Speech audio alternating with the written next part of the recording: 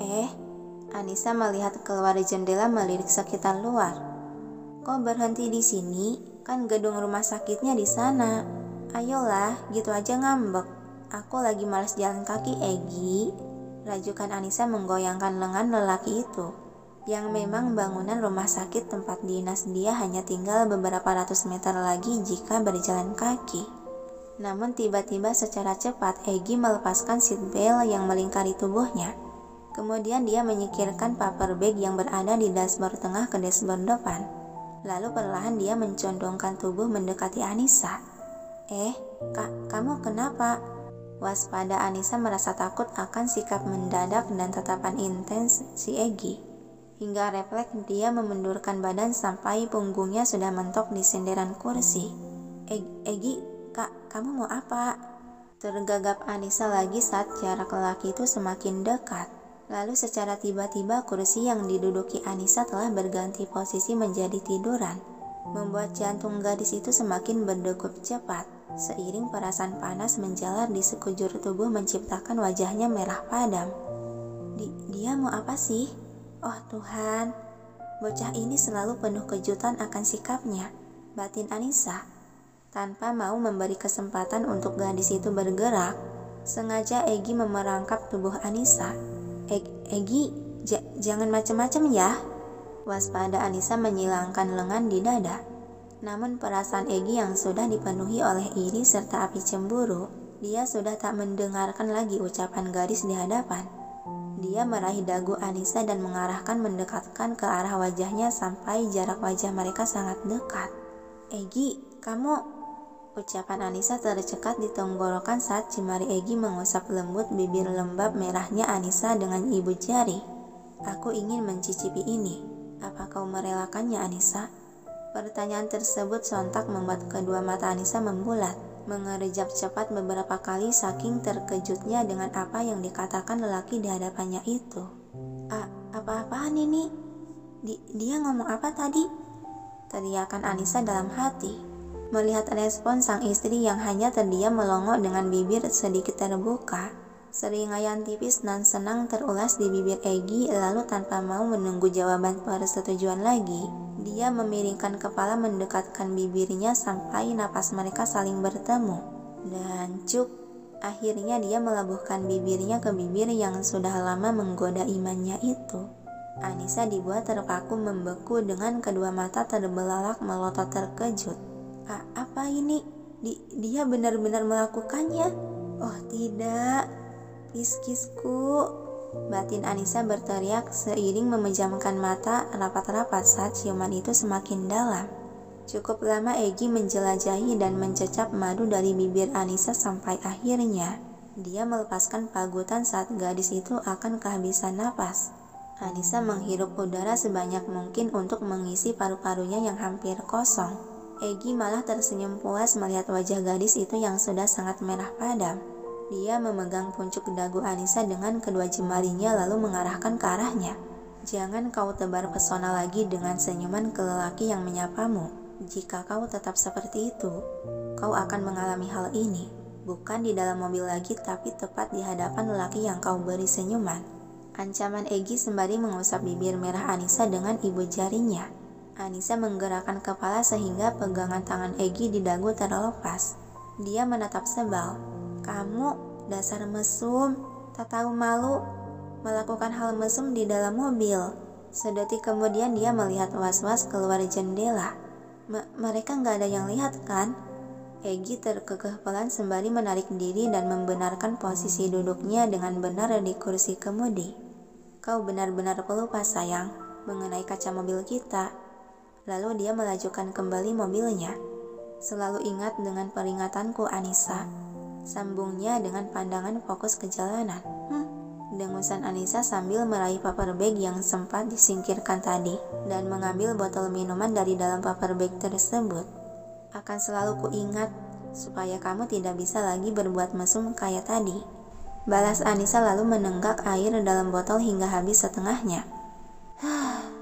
Dia kembali memasukkan botol tersebut ke dalam paper bag bekal. Dan bersamaan itu mobil yang ditumpangi telah berhenti tepat di hadapan gedung rumah sakit. Segera Anissa mengambil paper bag dan mengaitkan tas ransel ke sebelah pundaknya. Lalu dia menarik sebelah tangan Egy untuk salam perpisahan dengan mencium punggung tangannya. "Aku dinas dulu ya, hati-hati jangan kebut-kebutan bawa mobilnya," kata Anissa yang dibalas anggukan kepala. Kemudian dia bergerak hendak melepaskan pegangan tangannya dari tangan si Egy, namun tiba-tiba Egy menarik cukup kuat sehingga dia terperosok ke depan ke arah si Egy. "Egy!" geraman Anissa. Namun lelaki itu langsung menangkup kedua sisi wajah Anissa. Lalu ucup, dia mengecup kening Anissa dengan lembut.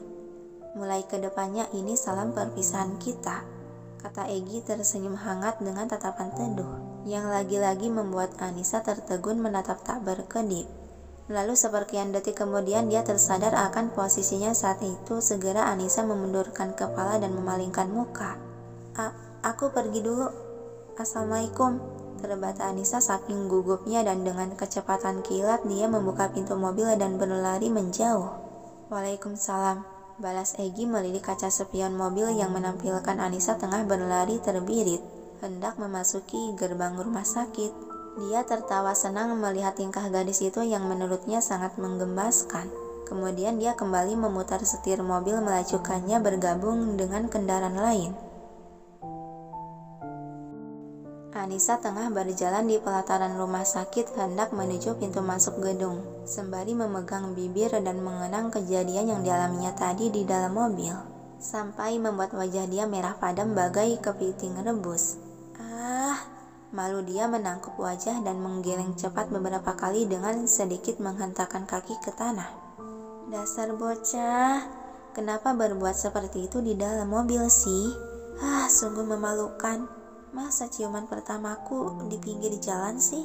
Tidak mengesankan sekali." Gerutuan pelan Anissa sebal.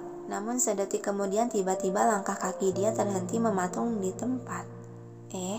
Saat dia merasakan pusing yang amat sangat, serasa berputar limbung ditambah rasa kantuk yang amat berat sekali di pelupuk mata. Ada apa ini? Kenapa semuanya berputar? Dan tidak butuh waktu lama, tubuh Anissa langsung terjatuh dan tersungkur di tanah masih di pelataran rumah sakit. Apa yang terjadi? Saat di ambang kesadarannya, Anissa masih bisa mendengar suara riuh beberapa langkah kaki yang mengarah mendekat ke arahnya. Sebelum akhirnya pandangan mata dia benar-benar mengabur gelap dan hilang kesadaran. Orang sekitar yang menyaksikan Anissa tersungkur tergeletak tak berdaya di tanah. Segera beberapa orang berlari ke arah pintu lorong IGD untuk memberitahukan dan meminta bantuan pada tim medis rumah sakit. Namun secara tiba-tiba datang sekelompok wanita berpakaian medis ke perawatan rumah sakit itu. Dengan mendorong sebuah ranjang berangkar dorong, mereka segera menghampiri gadis yang tergeletak itu lalu membopong tubuh pingsan Anissa ke atas ranjang berangkar. Kemudian mendorongnya memasukkan ke dalam sebuah mobil ambulan, bukan mendorong ke dalam lorong IGD. "Mohon permisi, ucapan salah satu dari kelompok yang mendorong cepat ranjang berangkar menembus kerumunan orang. Dan orang-orang sekitar yang berkerumun menyaksikan Anissa dibawa sekelompok perawat tersebut. Mereka hanya bisa diam membiarkan karena melihat dari seragam medis yang dikenakan sekelompok itu sama dengan seragam medis rumah sakit tersebut. Akan tetapi beberapa detik kemudian datang lagi beberapa perawat yang membawa kursi roda, yang baru saja datang dari dalam lorong IGD rumah sakit. Para perawat itu berlari cepat hendak mendekat ke tempat kejadian. "Di mana pasien yang pingsan itu?" tanya salah satu perawat pada seseorang yang berkerumun. "Oh, wanita tadi sudah dibawa oleh para perawat, suster." "Perawat?" "Iya, tuh mereka." Tunjuk orang tersebut ke arah mobil ambulan yang sudah memasukkan Anissa ke dalam mobil dan menutup pintu. Melihat hal itu, perawat tersebut termangu heran. Kenapa mobil ambulannya menyala? Bukannya sopir yang biasa membawa mobil ada di dalam? "Hei, sebentar!" teriak dia segera berlari saat mobil ambulan tersebut sudah melaju lamban di pelataran rumah sakit. "Hei, tunggu!" teriak dia lagi memburu, namun sayang mobil ambulan itu malah sudah melaju cepat ke jalanan. Siapa mereka? Kenapa membawa pasien pingsan ke dalam ambulan? Gumam dia dengan napas ngos-ngosan menatap mobil itu yang sudah menjauh. "Pit!" panggil salah satu teman perawat lain yang menghampiri dengan berlari. Ini ransel dan paper bag milik si pasien ketinggalan. Siapa mereka yang membawa pasien itu ya? Kenapa pakaian mereka memakai baju seragam seperti kita? Dan bukannya Pak Joko supir ambulan ada di dalam ya? Kata temannya itu sama-sama keheranan. Perawat yang dipanggil Fitri menoleh dan melirik tas ransel yang disodorkan.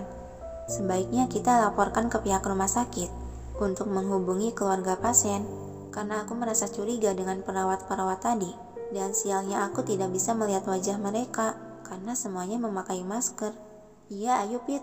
Lalu para perawat pun berbalik melangkah menuju rumah sakit lagi. Sementara di sisi lain, dari kejauhan gedung rumah sakit tersebut, terlihat sebuah mobil mewah berwarna hitam terparkir di seberang jalan. Dan orang yang ada di dalam mobil tersebut tampak awas menyaksikan keributan akan adegan heboh yang terjadi di sana. Dia tersenyum melicik menyeringai. Tidak kusangka akan semudah ini mendapatkanmu. Kemudian netra hitam nan tajam itu melirik ke arah depan pada anak buahnya yang terduduk di kursi kabin.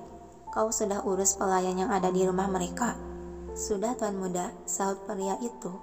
Bagus, segera kirim gadisku ke tempatku. Titahnya diakhiri seringaian kesenangan. Siap Tuan Muda, mereka tengah menuju ke tempat yang sudah disiapkan. Baguslah. Kalau gitu mari kita juga berangkat. Baik Tuan Muda. Lalu lelaki berjas rapi itu pun memutar setir mobil melajukannya bergabung dengan kendaraan lain.